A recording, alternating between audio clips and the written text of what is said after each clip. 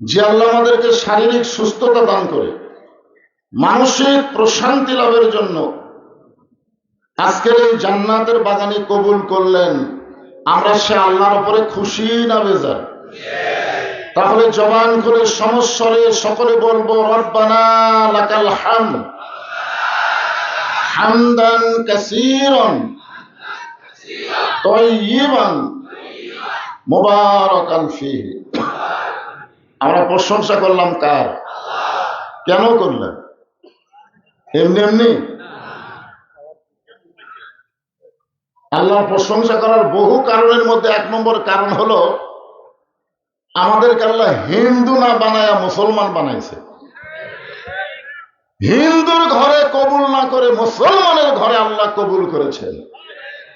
বাংলাদেশের তিন দিকে হিন্দু দেশ আছে না নাই? যাকে আমরা বলি ভারত।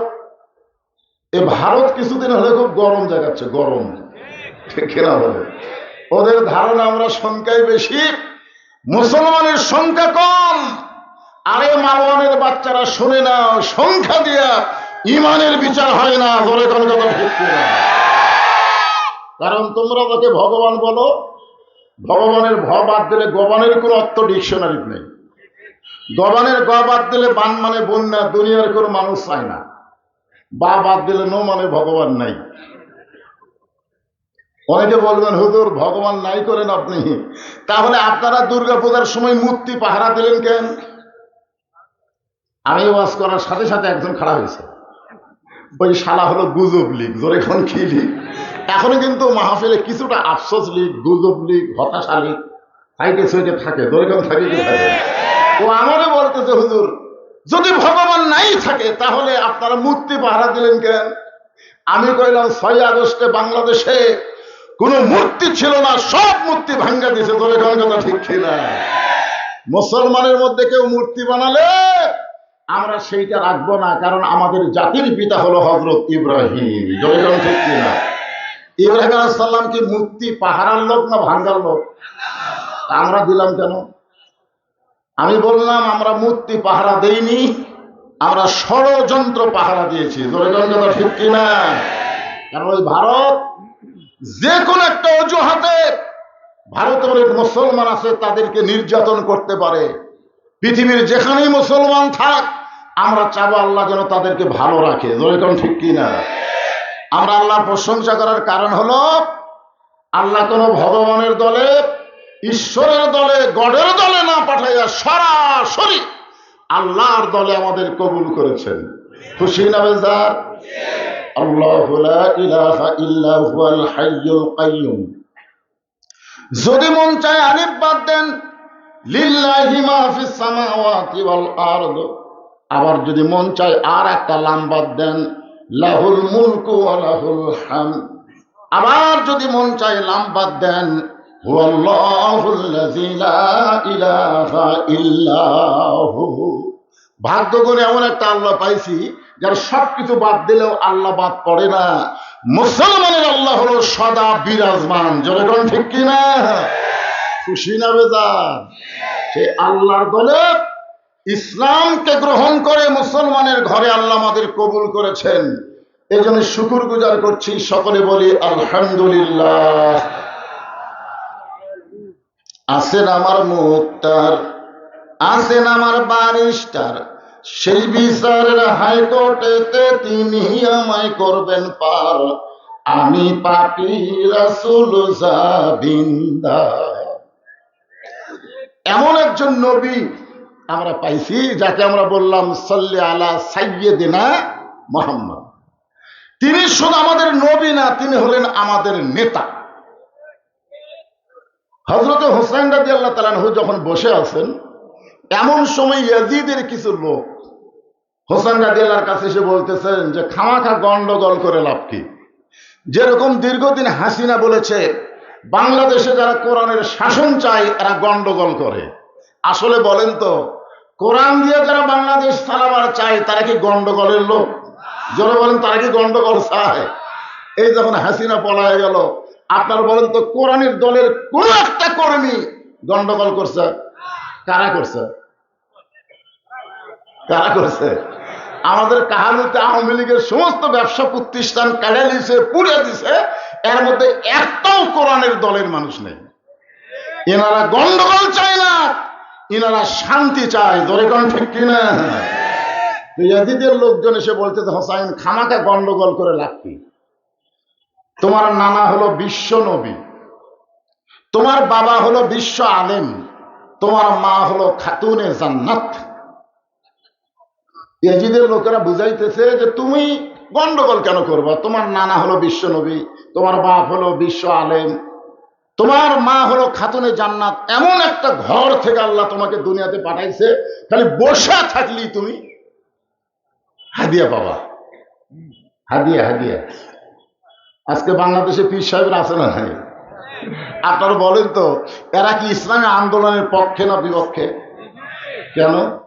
তিন দল সবসময় ইসলামী আন্দোলনের বিপক্ষে। তার মধ্যে একটা দল হলো ধর্ম নিয়ে যারা ব্যবসা করে, ধরে কোন কথা ঠিক কিনা? দুই নম্বর হলো যারা পুঁজিপতি, কোরআনের আইন চললে সুদ বন্ধ হবে, যাকাত ভিত্তিক অর্থনীতি চালু হবে, ধরে কোন কথা ঠিক কিনা? ওরাও বিরুদ্ধচারণ করে। আর একটা হলো ইয়াজিদের মতন রাষ্ট্রীয় শক্তি। এরা সবসময় মনে করে যে কোরআন চালু হলে তো আমাদের দিন শেষ। কয় শ্রেণী কইলেন? সঙ্গে সঙ্গে হোসাইন দাঁড়িয়ে গেলেন। এতক্ষণ কি আছিলেন? বসে আছিলেন। এবার দাঁড়িয়ে বললেন, রে ইয়াজিদের সামসারা। কার সামসা?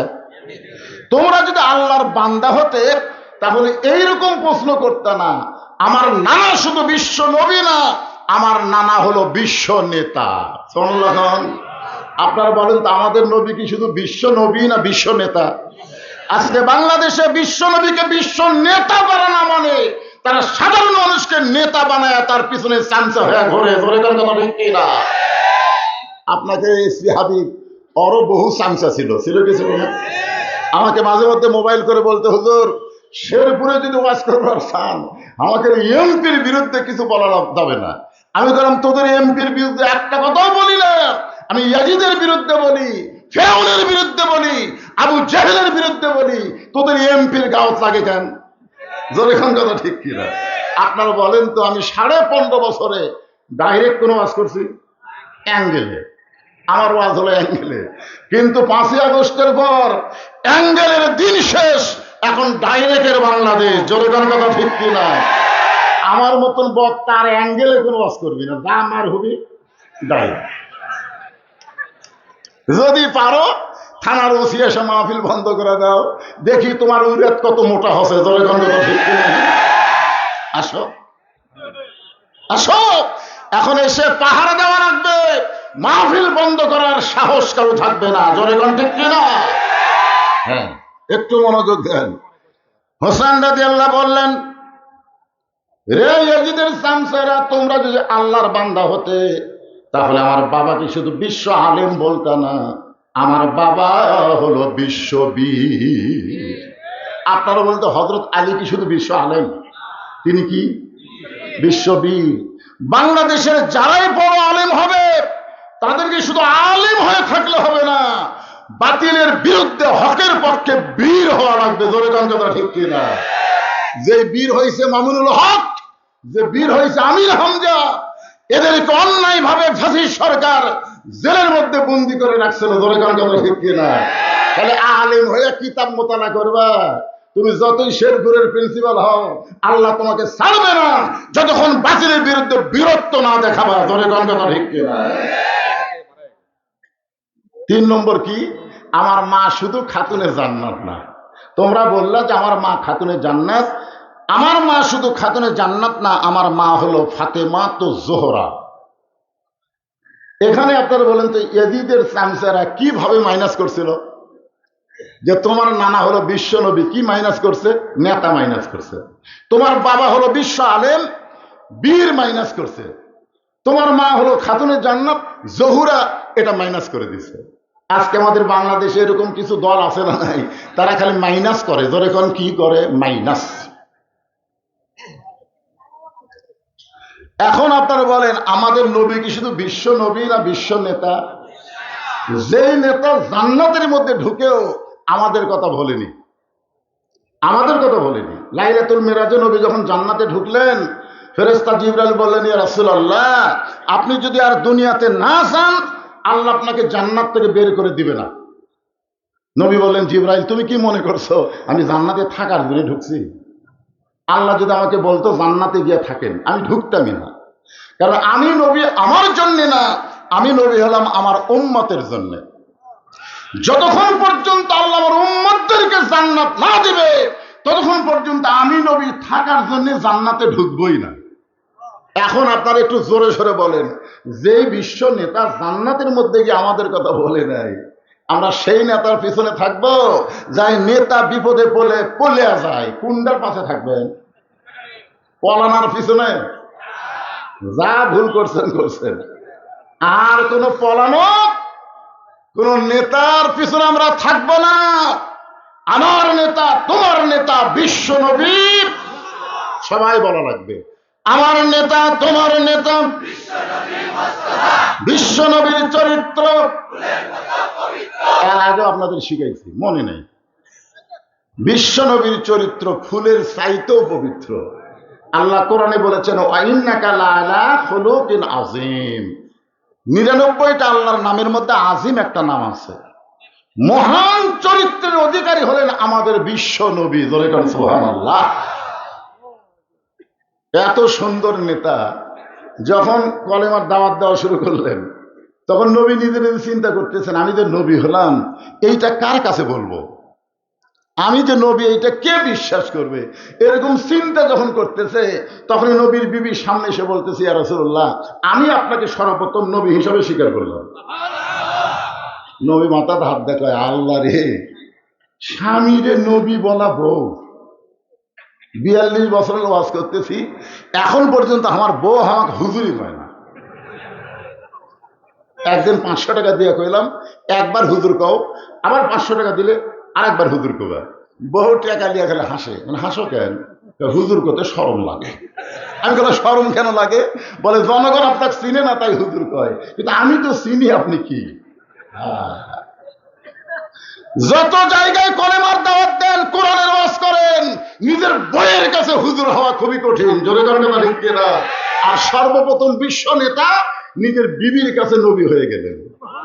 আল্লাহ কোরআনে বললেন, লাকাদ কানা লাকুম ফি রাসূলিল্লাহি উসওয়াতুন হাসানা। নিঃসন্দেহে নিঃসংকোচে একজনকেই নেতা হিসেবে মেনে নেওয়া যাবে, তিনি হলেন আমাদের নবী। জোরে বলেন ঠিক কিনা? এই জন্য আল্লাহ বলেছেন, আতিউল্লাহ ওয়া আতিউর রাসূল। দেখেন, আতিউল্লাহ ওয়া আতিউর রাসূল, এরপরে আল্লাহ বললেন ওয়া উলিল আমরি মিনকুম। এখানে তো আল্লাহ বলতে পারতেন ও আতিউ উলিল আমরি মিনকুম, কিন্তু আতিউ কেন বললেন না? এটা না বলার পেছনে কারণ হচ্ছে, আমার দবির ভাই বুঝবার পারছে। আপনারা বলেন তো, মসজিদে কোন ইমাম সাহেব যখন নামাজ পড়ায়, মনে করেন আসরের নামাজ 4 রাকাত, কয় রাকাত? 2 বৈঠক দেওয়া লাগে। কয় বৈঠক? 2 রাকাতের পরে একটা, 4 রাকাতের পরে একটা। কিন্তু ইমাম টাইটেল পাস, দাওরা পাস, 2 রাকাতে বসেছে, আবার 3 রাকাতেও বসেছে। এখন আপনারা কি মনে করবেন, হুজুর টাইটেল পাস, দাওরা পাস, এতদিন 4 রাকাত পড়াছে, আজকে 3 রাকাত বসিছে, আমরা কিছুই কম না। কোন লোক যদি কিছু না কর, নামাজ হবে? কেন হবে না? কারণ নবীর তরিকা হলো 2 বার বসা লাগবে 4 রাকাতের ভিতরে। উনি 2তে বসিছে, 3তে বসিছে, তার মানে নবীর তরিকা কি করছে? মাইনাস করে দিছে। এখন আপনাদের দায়িত্ব কি? আল্লাহু আকবার, আল্লাহু আকবার বলে নেতাকে খাড়া করা। কিন্তু নেতা যদি মনে করে 42 সাল পর্যন্ত আমি ওঠবো না, সারা নেতারা এ কাউয়া কুটি গেল রে। 2-3 জন ধরে স্টেজে তুলে দেওয়া লাগে, আর মাইক পায়া বলে খেলা হবে। রে পাগলা, খেলবার গেলে মাজাত বল থাকা লাগবে। ধরে কথা কয় পলাবো না রে, পলাবি না। ফখরুলের বাড়ির নাকি যাবি? বর্তমান ফখরুল সাহেব যেরকম কথা বলতেছে, মনে হয় ওবায়দুল কাদেরের সাথে মিল দিচ্ছে। কারণ বিএনপির ফখরুল ইসলাম মাঝে মধ্যে খুব বেয়াসাইজা কথা বলতেছে। ধরে কথা ঠিক কিনা? ইসকনকে নাকি নিষিদ্ধ করা যাবে না, ইসকনকে নিষিদ্ধ করা যাবে না। তারপরে প্রথম আলো ডেইলি স্টারের পক্ষে কথা বলতেছে। আমি বিএনপিদের বলবো, শহীদ জিয়ার আদর্শকে ভুলবেন না। শহীদ জিয়ার আদর্শকে গ্রহণ করে দল করেন, আপনাদের মাঝেও ইসলামের পুরোপুরি ভাব চলে আসবে। ধরে কোন কথা ঠিক কিনা? হ্যাঁ, ফখরুল কে রে? আগে কোন দল করছে? এক খোদা দরকার। কি বুঝতেছেন? পলাবি না, পলাইনি। এখন লোকমা দিছে, ইমাম সাহেব মনে করতেছে আমি একটা নেতা মানুষ, টাইটেল পাস দাওরা পাস, আমি উঠবো। এখন আপনারা বলেন তো মুসল্লিরা কার পক্ষে যাবে? নেতার পক্ষে না যে লোকমা দিছে তার পক্ষে? কথা কয় না। তার মানে কি বুঝলেন? নেতা, তোমার পিছনে আমরা ততক্ষণ আনুগত্য করব যতক্ষণ তুমি আল্লাহর হুকুম নবীর তরিকা মোতাবেক নামাজ পড়াবা। তুমি নবীর তরিকা বাদ দিয়ে ইচ্ছা মতো উঠবস করবা, তোমাকে আমরা মানব না। অউলিল আমরি মিনকুম দিয়ে আল্লাহ বুঝাইলেন, আমিরদেরকে ততক্ষণ পর্যন্ত মানা যাবে আমিরেরা যতক্ষণ নবীর তরিকা মোতাবেক চলবে। ধরে কোন কথা ঠিক না? সব খেয়াল করে শুনবেন। তো এখন আমরা সবাই আল্লাহর কোরআন অনুযায়ী বাংলাদেশ যদি চলাবার চাই, আমাদের করণীয় কি? এইটাকে সামনে নিয়ে আমি যে আয়াতে কারিমা তেলাওয়াত করেছি আপনাদের সামনে আলোচনা করব। আয়াতটা আর একবার তেলাওয়াত করি। ইয়া আইয়ুহাল্লাযীনা আমানুস্তাঈনু বিস-সাবরি ওয়াস-সালাহ ইন্নাল্লাহা মা'আস-সাবিরিন। আপনারা বলেন তো, কোরআন দিয়ে যখন বাংলাদেশ চালু হবে, যিনি বাংলাদেশের প্রধানমন্ত্রী হবেন, তার 1 নম্বর দায়িত্ব কি? নামাজ পড়া না কায়েম করা? আল্লাহ কোরআনে বলতেছেন 4টা কাজ করা লাগবে, 4টার মধ্যে ওর 1 নম্বর আছে। আল্লাযীনা ইম্মাক্কান্নাহুম ফিল আরদ। মুসলমানের মধ্যে কাউকে যখন ক্ষমতার চেয়ারে দেওয়া হবে, তার 1 নম্বর দায়িত্ব হলো আকামুস সালাত, নামাজ কায়েম করা। আচ্ছা, সরকার যদি নামাজ কায়েম করে তাহলে আমাদের ছেলেদের চরিত্র কেমন হবে? কয় ভোট দিবি? আপনারা বলেন তো, যারা একলাই 10টা ভোট দিছে, খুঁজলে দেখবেন ওই শালারা জুম্মার নামাজও পড়ে না। কারণ আল্লাহ কোরআনে বলতেছেন, ইন্না সালাতা তানহা আনিল ফাহশাই ওয়াল মুনকার। একমাত্র নামাজই পারে মানুষকে যাবতীয় খারাপি থেকে, অশ্লীলতা থেকে বাঁচায় দিতে। সুবহানাল্লাহ। তাহলে সরকারের দায়িত্ব কি? নামাজ কায়েম করা। আমাদের ছেলেগুলো যদি নামাজ ধরে, ওর কাছে যতই 4G 5G মোবাইল থাক, ওই অকাম করবি না। করবার গেলেই মনে হবে কেউ না দেখলেও তো আমাকে আল্লাহ দেখতেছে রে। সুবহানাল্লাহ। কন্যাকে সেই নামাজকে নিয়ে আজকের আলোচনা হবে। আমার মা বোনেরা যারা পর্দার অন্তরে বসে আছেন, আপনারাও মনোযোগ দিয়ে শুনবেন। 1 নম্বর হলো নামাজ। আল্লাহ বলতেছেন, যদি তোমরা কিছু পাওয়ার চাও তাহলে ধৈর্য আর নামাজের ভিতর দিয়া চাও। নামাজ শুধু পড়লে হবে না, সেই নামাজের মধ্যে ধৈর্যের শিক্ষা নেওয়া লাগবে। একটু মনোযোগ দিয়ে শুনবেন। নবী যখন মক্কায় ছিলেন তখন নামাজ পাইছেন, কিন্তু নামাজ কায়েম করতে পারেন নাই।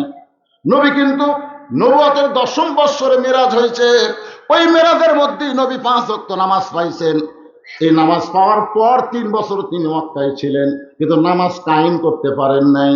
নামাজ কায়েম করার জন্য আল্লাহ তাআলা নবীকে হিজরত করে মদিনায় পাঠিয়ে দিলেন। মদিনায় যাওয়ার পরে নবী যখন মদিনাকে রাষ্ট্র ঘোষণা করলেন, নবী যখন প্রেসিডেন্ট হয়ে গেলেন, ওই সময় নামাজ কায়েম করলেন। সুবহানাল্লাহ বলেন না কেন? কারণ মক্কাত নামাজ পাশে নবী আসলো ইমাম, আর আবু জেহেল হচ্ছে নেতা। নবী দেখলো না রে, হুজুররা যত ইমাম হোক আর আবু জেহেল মার্কা মানুষ যখন নেতৃত্বের আসনে থাকবে, তখন নামাজ পড়া যাবে কিন্তু নামাজ কায়েম করা যাবে না। নামাজ কায়েম করতে গেলে কি লাগবে? ইসলামী রাষ্ট্র লাগবে ভাই, কোরআনের রাষ্ট্র লাগবে। নবী নামাজ কায়েম করলেন। আসরের নামাজ, 5 ওয়াক্ত নামাজের মধ্যে একটা নামাজ হলো আসরের নামাজ। যেরকম কি নামাজ? আসরের নামাজ। হ্যাঁ, এই 5 ওয়াক্ত নামাজের মধ্যে আসরের নামাজের গুরুত্ব কিন্তু খুব ভালো। এই জন্য আসরকে বলা হয় সালাতুল ওস্তা। আসরের আগেও 2 ওয়াক্ত, আসরের পরেও 2 ওয়াক্ত। হযরত বেলাল আসরের আযান দিলেন। পৃথিবীর সর্বশ্রেষ্ঠ মুয়াজ্জিন হলো হযরত বেলাল। দুনিয়ার মুয়াজ্জিন আযান দেয়, সে আযান মুসল্লির কানে ঠিক মতো যায় না। আর হযরত বেলাল যখন আযান দেয়, ওই আযান আল্লাহর আরশ পর্যন্ত পৌঁছে যায়।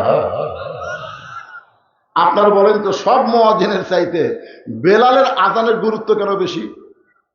আমার এলাকার এক মুয়াজ্জিন আমার কয়, হুজুর এই ফজরের আজান দিবার গেলে মুসল্লি না আসলেও কুত্তে আসে। ধরে এখন কি আসে? তাই যে আজান শুরু করি এই কুত্তারা যে কুত থাকে দৌড়ে সেখানে মসজিদের জানলার কাছে পাও তুলে করে। তো হুজুর এই কুত্তাগুলো আমার আজানের লোক মাথায় কেন? মানে আমি আজান দিবার চাই মাইকও তো এই কুত্তার শব্দ যায়। আমি আমাকে বললো, হুজুর এমন কোনো দোয়া আছে যে দোয়া দেওয়া কুত্তে আসবে না?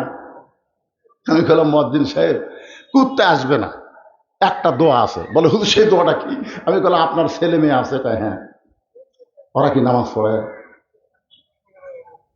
না হুজুর, আমি তো নামাজের আজান দিবার যাই, মাস গেলে 5,000 টাকার আশায়, কিন্তু আমার ছেলেরা তো কম্বল ছাড়ে না হুজুর। আমি বললাম, এই জন্যই কুত্তা লোকমা দিছে যে ওই ব্যক্তির চাইতে উত্তম কোন ব্যক্তি নাই। আল্লাহ কোরআন শরীফের মধ্যে বলেছেন, ওমান আহসানু কওলাম মিম্মান দাআ ইলাল্লাহ ওয়া আমিলা সালিহান ওয়া ক্বালা ইন্নানী মিনাল মুসলিমিন। ওই ব্যক্তির চাইতে উত্তম কোন ব্যক্তি নাই যে ব্যক্তি মানুষকে আজান দেয়, আল্লাহ রাস্তায় ডাকে, সে শুধু ডাকে না, নিজে নেক আমল করে এবং সে যে মুসলমান আত্মসমর্পণকারী এইটা পরিচয় দেয়। ধরে কোন সুবহানাল্লাহ। আপনি কি জানেন না, কো আনফুসাকুম আহলিকুম নারা, জাহান্নামের আগুন থেকে বাঁচতে গেলে একলা বাঁচলে হবে না, আহলদের নিয়ে বাঁচা লাগবে। এই জন্য কুত্তা বুঝবার পারছে, এই কারণে লোকমা দেয়। আপনারা বলেন তো হযরত বেলাল কি সেই রকম মুয়াজ্জিন নাকি? এই ধরে কারণ সেই রকম মুয়াজ্জিন, আল্লাহর আরশ পর্যন্ত তার আজানের ধ্বনি আল্লাহ পৌঁছায় দেয়। সেই বেলাল আসরের আজান দিয়েছে, চারিদিক থেকে সাহাবীরা পঙ্গপালের মধ্যে মতো মসজিদ নববীর মধ্যে ঢুকে গেছে। যখন নামাজের সময় হয়েছে, আল্লাহর নবী মেহরাবের মধ্যে ঢুকেছে, হযরত বেলাল নামাজের আকামত শুরু করলেন। ইমাম যখন মেহরাবের মধ্যে ঢুকবে তখন মুয়াজ্জিন আকামত দেবে। কতকামাতি সালাম না বলা পর্যন্ত ইমাম কেবলামুখী হবার পারবে না। আমার কথাটা দিয়ে খেয়াল করবেন, ইমাম মানে কি শুধু মসজিদের ইমাম না, ইমাম মানে হচ্ছে নেতা। এখন ইমামকে দেখা লাগবে যে আওয়ামী লীগেরা কি সামনে কাতার করতেছে, বিএনপি কি 2 নম্বরের ডান আছে, জাতীয় পার্টি 3 নম্বর কাতারে, আর যুদ্ধ অপরাধী জামাত হলো 4 নম্বর। ইমাম মানে কি? কথা কান, ইমাম মানে কি? দেখা যাচ্ছে একটা কালো মানুষের কাছে একটা ফর্সা মানুষ দাঁড়াবার চাচ্ছে না, একটা গরিবের কাছে একটা ধনী দাঁড়াবার চাচ্ছে না। আল্লাহ রাসূল বলেছে, আবু বকর তোমার কাছে বেলালকে দাঁড়ানোর সুযোগ দাও, ওসমান তোমার কাছে আম্মারকে দাঁড় করাও। ধরে কোন সুবহানাল্লাহ। একজন লম্বা, একজন খাটো, একজন ধনী, একজন গরিব, একজন কালো, একজন ফর্সা, সব কাতারবদ্ধ হয়ে দাঁড়াও। যতক্ষণ কাতার সোজা না হয়েছে ততক্ষণ নবী কেবলামুখী হয়নি। হযরত বেলাল যখন আকামত শুরু করলেন, এমন সময় নবী দেখলেন সামনে কাতারে একজন সাহাবী বসে আছেন, একজন সাহাবী বসে আছেন। আল্লাহ নবীর সঙ্গে সঙ্গে কোরআন থেকে তেলাওয়াত করলেন, কুমু লিল্লাহি কানিতিন। আয়াতের বাংলা অর্থ কি জানেন? আপনারা কোরআন শরীফ তেলাওয়াত শুনলে কিছুই কর না কেন? আল্লাহু আকবার কর না আপনারা? আপনারা কোন দলের মানুষ বলেন? বাংলাদেশে 2টা বড় দলে সহজ আল্লাহু আকবার কয় না, একটা হলো আওয়ামী লীগ, একটা হলো বিএনপি। আপনার কি এই 2 দলের লোক? দেখবেন এদের মিছিল মিটিংয়ের মধ্যে আল্লাহু আকবার আছে, কথা কন না কেন আছে? অথচ মুসলমান হিসেবে জানা দরকার, যখনই জন্ম নিয়েছেন আপনার ডান কান্দে আজান, বাম কান্দে আকামত। যখন আপনি মারা যাবেন আপনার লাশ সামনে নিয়ে ইমাম সাহেব আল্লাহু আকবার বলে নিয়ত বানবে। জোরে কোন ঠিক কিনা? তো আমরা তো আল্লাহু আকবারেরই দল। কোরআন শরীফ শুনলে কেন আল্লাহু আকবার বলবেন? পাইজা তুলিয়াত আলাইহিম আয়াতুহু জাদাতুহুম ঈমানান। আল্লাহর কোরআনের তেলাওয়াত শুনলে আল্লাহ মানুষের ঈমান বাড়ায়া দেয়। এই জন্য যখনই কোরআন তেলাওয়াত হবে জোরে পারেন আসতে পারেন আল্লাহু আকবার বলবেন। তবে জোরে বললে শয়তান বেজার হয়, এত জোরে দৌড় দেয়, রাসূল বলেছেন শয়তানের পিছন দিক দিয়ে বাতাস বের হয়। এই জন্য একটু আল্লাহু আকবার বলতে আপনাদের আপত্তি আছে? লিল্লাহি তাকবীর। আল্লাহ নবী বললেন, কুমু লিল্লাহি কানিতিন, দাঁড়াও। আমাদের সালা বেলাল বলতেছে, এরপরও তুমি সামনে কাতারে বসে আছো কেন? দাঁড়াও। কারণ নামাজের ভিতরে বাহিরে যে কয়টা ফরজ, তার মধ্যে একটা ফরজ হলো দাঁড়িয়ে নামাজ পড়া। ধরে কোন কি পড়া? কথা কয় না। যারা সিয়ারে নামাজ পড়েন, যারা সিয়ারে নামাজ পড়েন, আমি তাদেরকে বলবো, ভাই সিয়ারে নামাজ পড়ার কথা কোরআন হাদিসের কোনো জায়গাতে নেই। আপনি পারলে বসে পড়েন, যদি দাঁড়াবার না পারেন বসে পড়েন, না যদি পারেন শুয়ে থেকে পড়েন, তাও সিয়ারে বসা যাবে না। কারণ কুমুলিল্লাহি কনিতিন, কনিতিন শব্দের অর্থ হচ্ছে পরিপূর্ণ আনুগত্য। সিয়ারে বসলে আনুগত্য হয়? আপনি কার কাছে আইছেন? নামাজ কার কাছে আইছেন? আল্লাহর কাছে। তো আল্লাহর কাছে সিয়ারত বসা কেমন লাগে? আল্লাহ রাসূল বললেন দাঁড়াও। সাহেব বললেন, এ রাসূল আল্লাহ, হযরত বেলাল যখন আকামত শুরু করেছে এমন সময় আমি দাঁড়াবার চাই, কিন্তু আমার দেহে এত দুর্বল হয়ে গেছে, আজকে 3 দিন হয়ে গেল আমার দেহের মধ্যে কোনো খাবার পড়ে নাই, এই না খাওয়ার কারণে আমি এত দুর্বল হয়ে গেছি। ইয়া রাসূলুল্লাহ, আমি দাঁড়াবার চাই কিন্তু দাঁড়াবার পারতেছি না। সঙ্গে সঙ্গে আল্লাহ নবী বললেন, ওসমান। নবী যখন মদিনার রাষ্ট্রপতি ছিলেন, ওই সময় নবীর কয়েকটা মন্ত্রী ছিল। ধর্মমন্ত্রীর নাম হলো আবু বকর। জোরে কোন ধর্মমন্ত্রীর নাম কি? সবাই একটু হোহা করেন। ধর্মমন্ত্রীর নাম কি? আইনমন্ত্রী হলেন হযরত উমর, আইনমন্ত্রী হলেন হযরত উমর, আর শিক্ষামন্ত্রী হলেন হযরত আলী, আর অর্থমন্ত্রী হলেন ওসমান গনি। আমি এখানে কয়টা মন্ত্রীর নাম করলাম? 1 নম্বর হলো ধর্মমন্ত্রী, নাম কি? আবু বকর। আইনমন্ত্রী ওমর। আর বাংলাদেশের আইনমন্ত্রী শালা নৌকা ধরা পড়তে পারে, যে নৌকা নৌকা সারা জীবন করলো, ওই নৌকা ওকে কাল হয়ে গেল। ধরে কথা ঠিক কিনা? লঙ্গি পরে এক শার্ট দাও দাও, আর যখন ধরলো, ধরার পর নিয়ে যাচ্ছে, তখন চোখ টেরা করে, কি রে? কেউ চিনবার পারতেছে না, কারণ দাড়ি কামাছে, মাথার কলম দিছে, আর চিনবি কে? দেখো এটা কে? দরবেশ বাবা। হায় হায়, কি সুন্দর সাদা দাড়ি। সব কামাছে, বিপদ পড়লে দাড়ি থাকে। আর এই হলো ধর্মের নামে মিথ্যাবাদী, যারা মাথায় টুপি দিয়ে মুখে দাড়ি রাখে, আবার বিপদে কামায় ফেলে। জোরে করে কথা ঠিক কিনা? এত বিপদ গেছে, আল্লাহর কোরআনের দলের লোকেরা কি দাড়ি কামাছে? জোরে কোন দাড়ি কামাছে? হ্যাঁ। আইনমন্ত্রী আনিসুল হক আইনের নামে যত অন্যায় করেছে আমাদের বাংলাদেশে, ভালো ভালো মানুষগুলোকে অন্যায়ভাবে জেলের মধ্যে ঢুকাইছে, এমনকি অনেককে জেলের মধ্যে থেকে ফাঁসির মঞ্চে নিয়ে গেছে। জোরে কোন কথা ঠিক কিনা? এই আইনমন্ত্রী। 1 নম্বর ধর্মমন্ত্রী হও আবু বকর। আপনারা একটু চিন্তা করে দেখেন, আল্লাহ নবী ধর্মমন্ত্রী আবু বকরকে কেন বানালেন? কারণ ধর্মমন্ত্রীর সাথে আবু বকরের চরিত্রের মিল আছে। সাল্লাল্লাহু। একদিন ফেরেশতা জিবরাইল মসজিদ নববীর মধ্যে এসে বলে, ইয়া রাসূলুল্লাহ, আল্লাহ পাক আপনাকে সালাম দিয়েছে। সঙ্গে সঙ্গে নবী খুশি হয়ে বললেন, ওয়া আলাইকুম আসসালাম ইয়া আল্লাহ। জিবরাইল বলতেছে, ইয়া রাসূলুল্লাহ, শুধু আল্লাহ পাক আপনাকে সালাম দেয়নি, আপনার ধর্মমন্ত্রীকেও আল্লাহ সালাম দিয়েছে।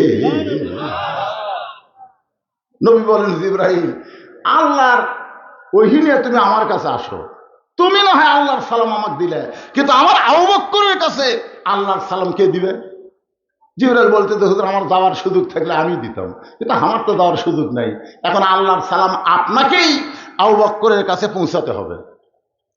আল্লাহ রাসূল বললেন, জিবরাইল, কোন আমলের কারণে আরশের আল্লাহ আবু বকরকে সালাম দেয় তুমি কি বলতে পারো? জিবরাইল বলতেছে, ইয়া রাসূলুল্লাহ, আমি জানি না। রাসূল বলতেছে, আমিও জানি না। জিবরাইল বলতেছে, হুজুর আপনিও জানেন না, আমিও জানি না কোন আমলের কারণে আল্লাহ আবু বকরকে সালাম দেয়। যদি আপনি জানতে চান তাহলে একটু তদন্ত করে জেনে নেন।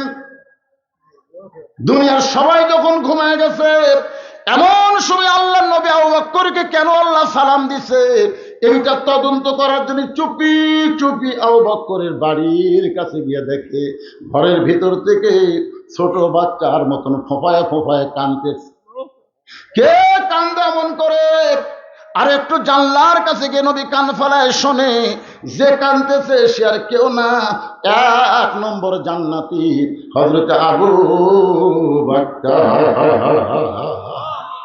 এই দুনিয়াতে 10 জনকে জান্নাতের সার্টিফিকেট দেওয়া হয়েছে। কয়জন আপনারা জানেন না? আশারে মুবাশশারা জানেন? নাম জানেন? খালি 10 জন সাহাবী করলে হবে না, তোদেরকে নামও জানা লাগবে। এই ছেলের, এই ভারতের কয়টা নায়ক নায়িকা তাই তোমরা কবর করো। মেসি নেইমারের নাম তোমাদের ভিতরে মুখস্থ থাকে। আর আশারে মুবাশশারা ইমাম মালিক বলেছেন এই 10 জন সাহাবীর নাম সবসময় যারা মুখস্থ বলতে পারবে, ওই ব্যক্তিরা যখন মৃত্যুর বিছানায় দুর্বল হয়ে পড়বে, এই 10টা সাহাবীর রুহানি তাওয়াজ্জুহ আল্লাহ তার প্রতি নাজিল করে ইমানের কলেমা তার মুখে আল্লাহ জারি করে দিবে। কয়জন নাম কোন? 1 নম্বর আবু বকর, 2 নম্বর ওমর, 3 নম্বর ওসমান, 4 নম্বর আলী, 5 নম্বর আব্দুর রহমান ইবনে আওফ, 6 নম্বর হলো জুবাইর, 7 নম্বর তালহা, 8 নম্বর সাদ ইবনে আবি ওয়াক্কাস, 9 নম্বর হলো আবু সাঈদ, আর 10 নম্বর হলো উবাদা ইবনুল জাররাহ। আল্লাহ রাসূল বলেছেন আমার সমস্ত উম্মতের নেকি যদি এক পাল্লায় দেওয়া হয়, আর আবু বকরের এক রাতের নেকি যদি অন্য পাল্লায় দেওয়া হয়, সমস্ত উম্মতের নেকির চাইতে আবু বকরের নেকির ওজন বেশি হবে।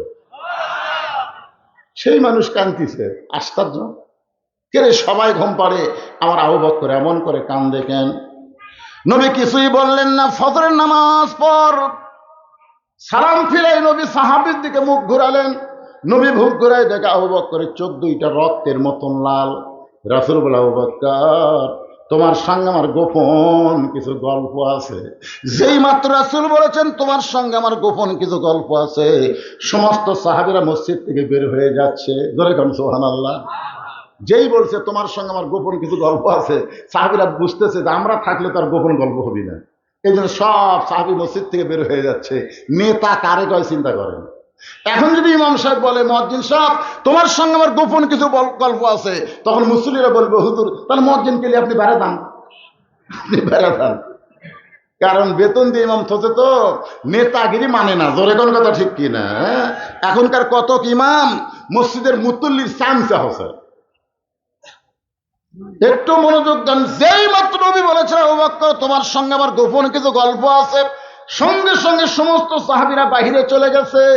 আল্লাহ নবী বলেন, আবু বকর তুমি কি বলতে পারো এমন কি আমল করেছো যে আমল করার কারণে আরশের আল্লাহ তোমাকে সালাম দেয়? যেই কইছে আবু বকর ঠাস করে পড়ে গেছে। রাসূল বলতেছে আরশের আল্লাহ তোমাকে সালাম দেয়। এই কথা শোনার পরে তুমি খুশি হবা, এমন করে কাঁদতে কাঁদতে পড়ে গেলে। আবু বকর বলে, হুজুর আমি জানি না হুজুর, এই অধমের এমন কি আমল যে আমলের কারণে আল্লাহ আমাকে সালাম দিল, আমি তো জানি না হুজুর। আজকে আমাদেরকে এমপি সালাম দেয়, এই প্রধানমন্ত্রী হাসিনা মাঝে মধ্যে সালাম দেয় না? একদিন একটা নম্বর থেকে আমাকে সালাম দিল, আমি প্রধানমন্ত্রী আপনাকে সালাম দিচ্ছি। আমি কেবল আলাইকুম আসসালাম, আমারটা শোনে না, খালি কই যায়। আয় কি খুশি রে, প্রধানমন্ত্রী আমাকে সালাম দিতে, আল্লাহ সালাম দিয়েছে।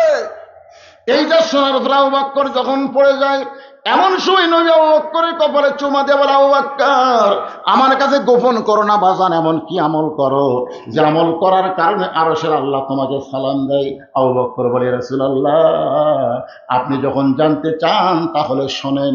সবাই যখন ঘুমায় যায়, তাহাজ্জুদের নামাজের সময় আমি চেতন পাই, আমি তাহাজ্জুদের নামাজ আদায় করে ফজরের নামাজের একটু সময় বাকি থাকে, ওই সময়ের ভিতরে আমি আল্লাহর মুরাকাবায় যখন নিজকে ডুবাই দিলাম, এমন সময় কে যেন বলতেছে আজকে হাসরের ময়দানে সবাই জাহান্নামে যাবে, সবাই জান্নাতে যাবে, শুধু একজন ব্যক্তি যাবে জাহান্নামে।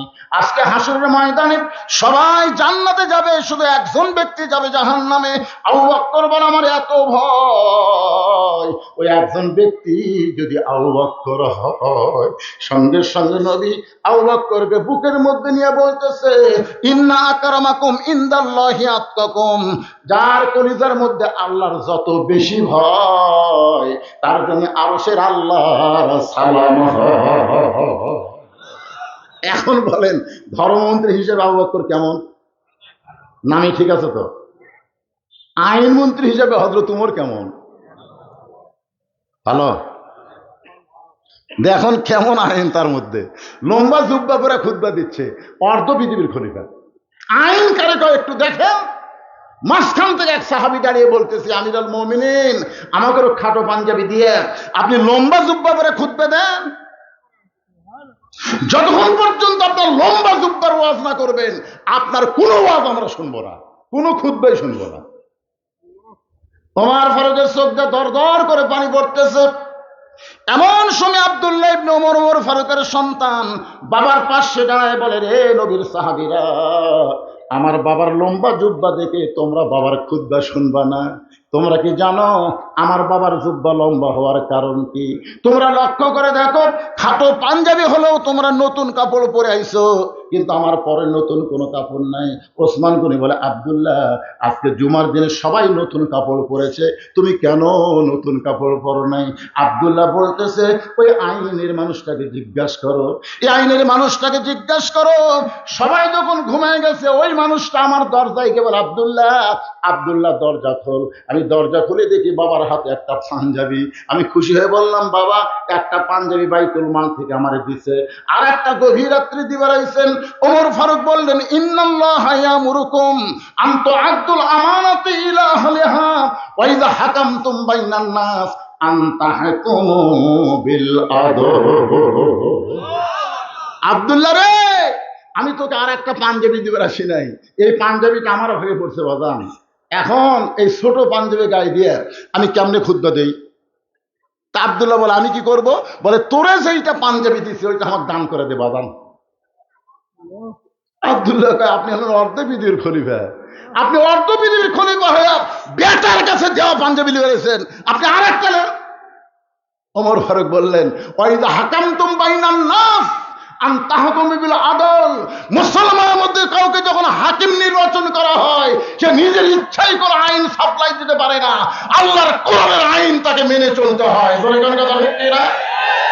তুই পারিস তোরটা দে, না পারিস না দে। সঙ্গে সঙ্গে আব্দুল্লাহ তার কাপড়ের অংশটুকু বাবারে দান করে। বাবা নিজের কাপড় তার কাপড় একত্র করে লম্বা জুব্বা বানায় খুতবা দেয়। এখন বলো, বাবার খুতবা শোনা যায় কিনা যায়? সমস্ত সাহাবীরা কান্দে। আল্লাহর কোরআনের আইন মেনে যখন কোনো মানুষ চলবে, কোরআন দিয়ে যখন বাংলাদেশ চলবে, মুসলমান এমন ভালো নেতা দেখতে পাবে। অর্থমন্ত্রীর নাম কি মনে ভুলে গেছে?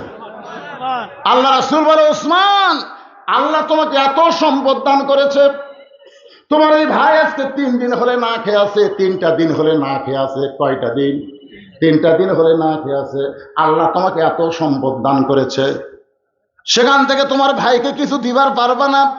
ওসমান গনি চোখের পানি বের করে বলে, রাসূলুল্লাহ, আমার ভাইটা আজকে 3 দিন হলে না খেয়ে আছে, এটা যদি আমি আগে জানতাম তাহলে নিজে না খাইয়া আমার ভাইয়ের বাড়িতে খাবার পৌঁছায় দিতাম। আপনার বলেন তো, ওসমান গনি কি কথা ঠিক করেছে না মিথ্যা করেছে?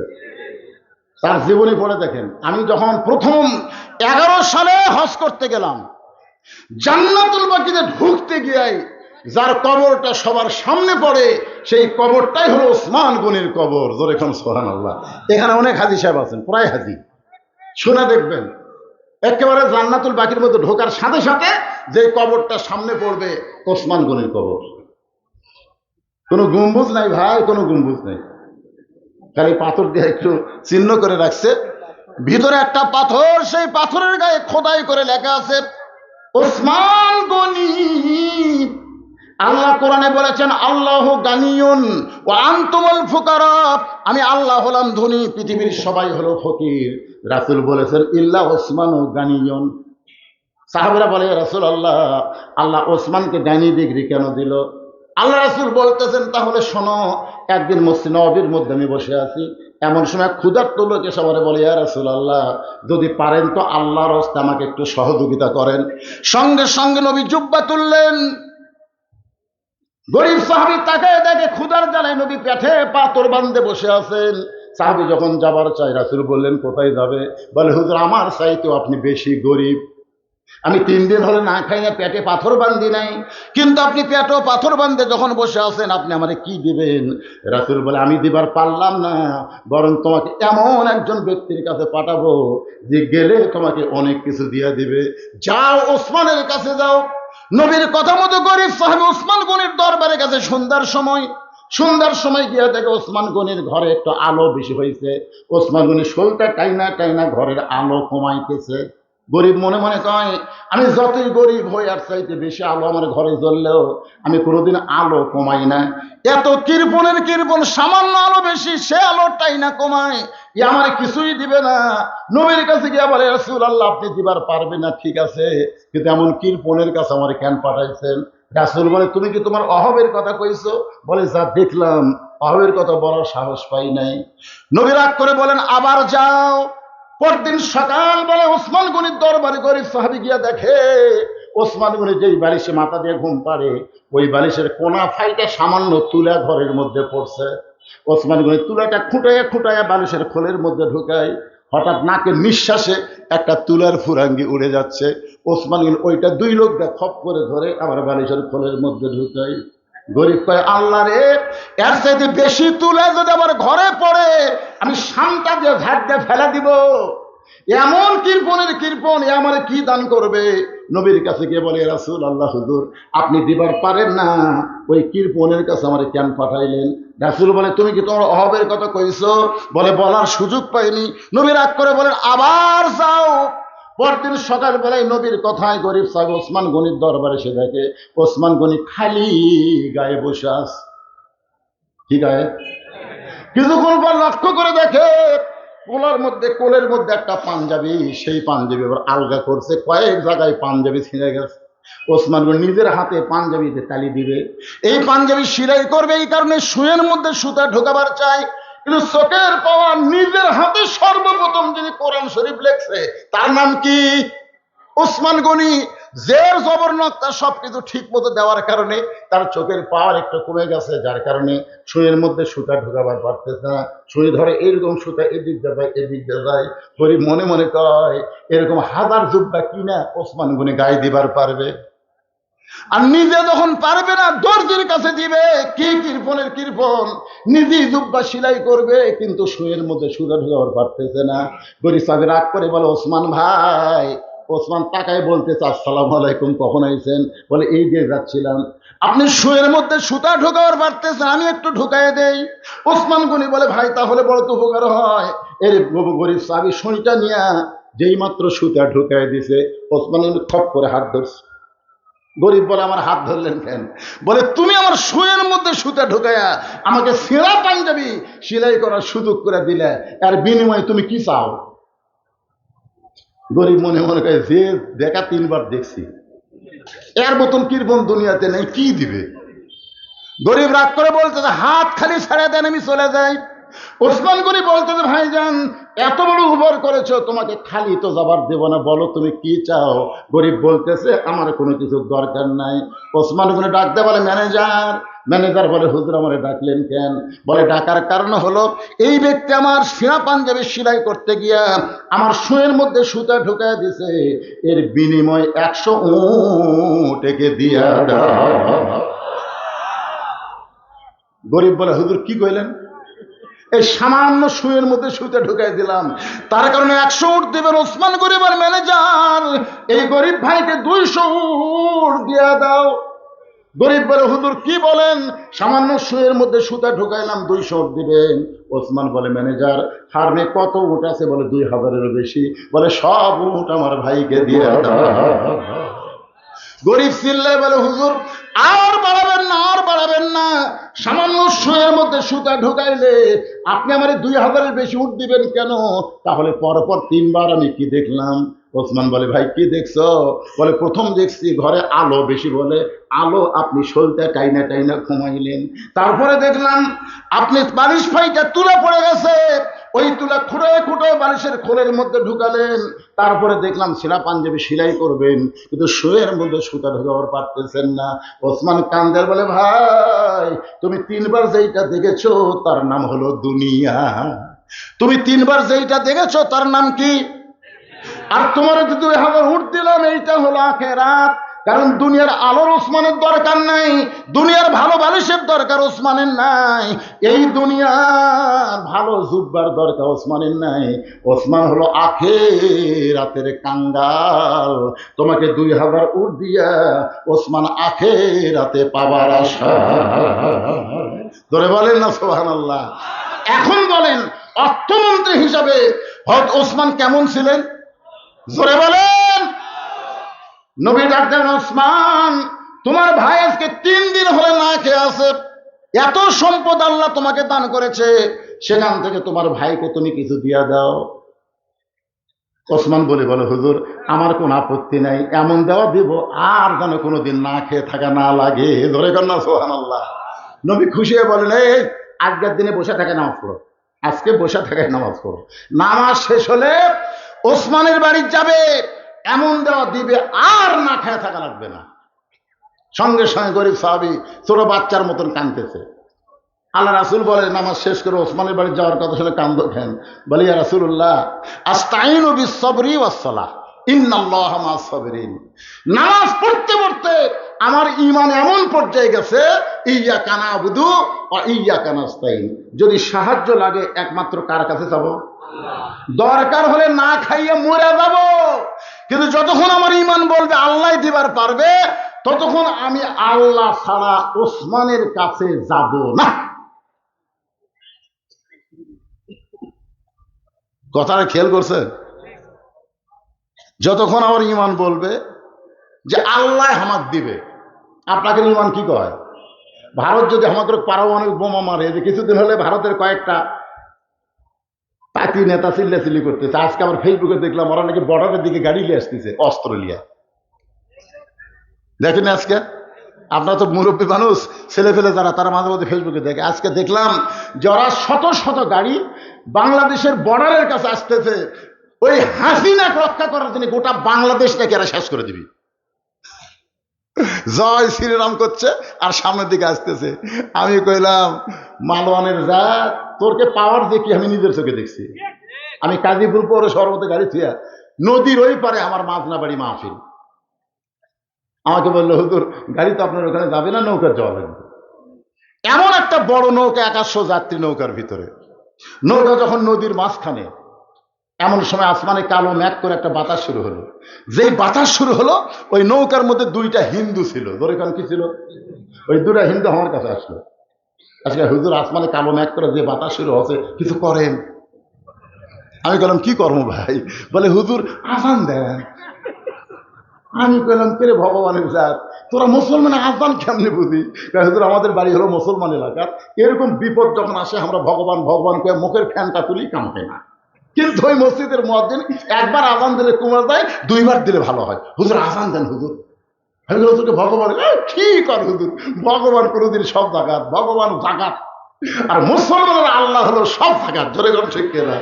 তোরা ভগবানের জায়গা ছেড়ে আল্লাহর জাগাত আসলে ফেরত যাওয়ার পারবো? তাহলে আসিয়া দেখ, তাহলে আসিয়া দেখ। সিলেটের শাহজালাল গৌর গোবিন্দকে যেভাবে তাড়াইছে, আশা করা যায় বেশি বকওয়াস করলে ভারতেও মুসলমান, বাংলাদেশেও মুসলমান, পাকিস্তানেও মুসলমান, সব মুসলমান একত্র হয়ে পৃথিবীর মানচিত্রে কোনো মালওয়ান থাকবে না। ধরে কোনো কথা নেই কিনা? তোদের গোষ্ঠী লিল্লাহে তাকবীর, তোদের গোষ্ঠীর নাম হলো নমরুদ। জোরে কোন নাম কি? নমরুদ। খালি বারবার বলে, ইব্রাহিম যে আগুন জ্বলাছি রে, যে আগুন জ্বলাছি, খালি একবার তাকে দেখতো, তুই পড়া মাত্রই ছাই রে। ইব্রাহিম নবী একবারও তাকায় না। আল্লাহ কয়, ইব্রাহিম এতবার নমরুদ তাকাবার কয়, তুই একবারও তাকাস না কেন? ইব্রাহিম বলতেছে, হাসবি আল্লাহু নিমাল ওয়াকিল ওয়া নিমাল মাওলা ওয়া নিমান নাসির। আল্লাহ আমি তোমার দিকে তাকায় আছি, আমি তোমার দিকে তাকায় আছি। আল্লাহ আমি আগুনের দিকে তাকানোর টাইম পাচ্ছি না। আল্লাহ কয়, এতবার যখন বলতেছি একবার তাকা। ইয়ানজুরু বিনূরিল্লাহ, সুবহানাল্লাহ বলেন। ঈমানের নূরের চোখে ইব্রাহিম নবী তাকায় দেখে আগুনের চুলাকে আল্লাহ তাআলা শান্তির বাগান বানায়া দিয়েছে। তো ভারতের হিন্দুরা যখন আমাদের পারমাণবিক বোমা মারবি, মনে করেন মারলো, বিমানের থেকে মারলো, বাংলাদেশে পড়ে মিষ্টি তরমুজ হয়ে গেল। আচ্ছা, আমাদের জাতির পিতার জন্য যদি আগুনের সেই লেলিহান শিখাকে শান্তির বাগান আল্লাহ বানাবার পারে, তাহলে মালওয়ানের বাচ্চাদের পারমাণবিক বোমাকে আল্লাহ তরমুজ বানাতে পারবি না? মানে নাকি যেই পড়েছে তরমুজ, বোমা পড়ে তরমুজ হলো। আমাকে অনেক সন্তানেরা তরমুজ খাবার পাচ্ছে না, বাড়ির থেকে বটি চাকু লিয়ে যায়, কাটতিছে আর খাচ্ছে, কাটতিছে আর খাচ্ছে। দূর থেকে দূরবীন যন্ত্র দিয়ে অনুবীক্ষণ দিয়ে দেখি, কে রে হাওড়া মান্য বোমা এরা কাটিয়ে খায়। আরে ভগবানের জাত, এরা হলো আল্লাহর দল। ধরে কোন কথা ঠিক কিনা? আসে দেখ, আমি কইছি কমেন্টে, তোমরা বর্ডার খুলে দাও, বর্ডার খুলে দাও, খালি ঢুকুক। শাহজালাল ইয়ামিনের বংশধরকে দেখে দেখ। ধরে কোন কথা ঠিক কিনা? খাজা মঈনুদ্দিন চিশতি রহমতুল্লাহ চাপাত পড়ে পিতি রাজ্যে হারে পড়ে গেছে। ধরে কোন কথা ঠিক কিনা? এই সারা মালওয়ানের জাতিরা বোঝে না যে আল্লাহর জাতির কি ক্ষমতা। খালি আসে দেখ রে পাগলার, আসে দেখ। কি মনে করতেছেন জীবন দিব, কিন্তু মালওয়ানের কাছে আমরা ঈমান দিব না। ধরে কোন কথা ঠিক কিনা? মরে গেলে সে মরে না। আবু সাইদ মারা গেছে, আপনার বলেন তো মরছে? আমার এক চাচাতো ভাই ছেলে হয়েছে, আমার কয় ভাই যান আপনি হুজুর মানুষ, একটা ভালো নাম রাখেন তো, আমার ছেলের নাম ভালো। আমি বললাম তোমার ছেলের নাম রাখো আবু সাইদ। যেই কোছে আবু সাইদ কি খুশি, ভাই আমার মনি নাই, আমার ভাই ছেলের নাম তো আবু সাইদ। আমার পাড়াতে আরো 3টা ছেলে জন্মিছে, সবার নাম তো আবু সাইদ। আমি বাড়ি ঘরে চেক করলাম, কেড়ে পাগলা আরো আছে তো, মুগ্ধ আছে, ইয়ামিন আছে, ওই নাম তো না হুজুর আবু সাইদই থুই। যে কয়টা ছেলে জন্মিচ্ছে সবগুলার নাম হচ্ছে আবু সাইদ। আমার এক খালার তার মেয়ের আবার একটা মেয়ে হয়েছে। আমার কয় বাবা তুমি তো আলেম মানুষ, একটা মেয়ের ভালো নাম বলো তো। আমি বললাম খালা একটা ভালো নাম আছে হাসিনা। সেই বসে হাসিনা। খালা কয় তুই আলেম না ভালো? আমি তোকে বললাম একটা ভালো নাম তো, আর তুই হাসিনা কস? এই তুই জানিস না হাসিনা একটা খুনি? আমি তখন বললাম আল্লাহ রে, হকের পক্ষে যারা জীবন দিয়েছে তারা কোনোদিন মরে না, আর হাসিনা বেঁচে থাকতো মরে গেছে মানুষের অন্তর থেকে। জোরে গন্ধনা হচ্ছে না। কি মনে করতেছে? আল্লাহ কোরআনে বলেন ওয়ালা তাকুলু লিমান ইউকতালু ফি সাবিলিল্লাহি আমওয়াতুন বাল আহইয়াউ ওয়ালাকিন লা তাশউরুন। একটা জিনিস খেয়াল করবেন, আমি আপনাদের শেরপুর কম ওয়াজ করছি, বহু ওয়াজ করছি। আমাকে তুলে দেয় রাত 9:30টায়, ওয়াজ শেষ হয় 12টায়, কিন্তু আজকে আমার তুলে দিছে 11টায়। এই জন্য কেউ যাচ্ছে, কেউ উঠতেছে, কেউ হাঁটতেছে, আমি কোনো কথাই বলতেছি না। যা পারিস কর তোরা, কারণ টাইম মতো তুলে দেয়নি।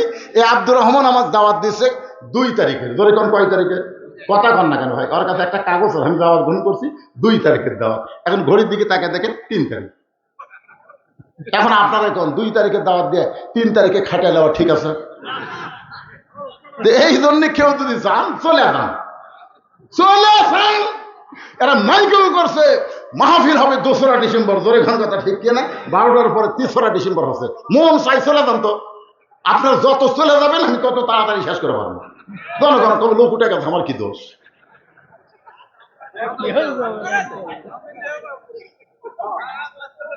না না না, যাচ্ছে তো হয়েছে, দেখেন অন্য কাজে যাচ্ছে।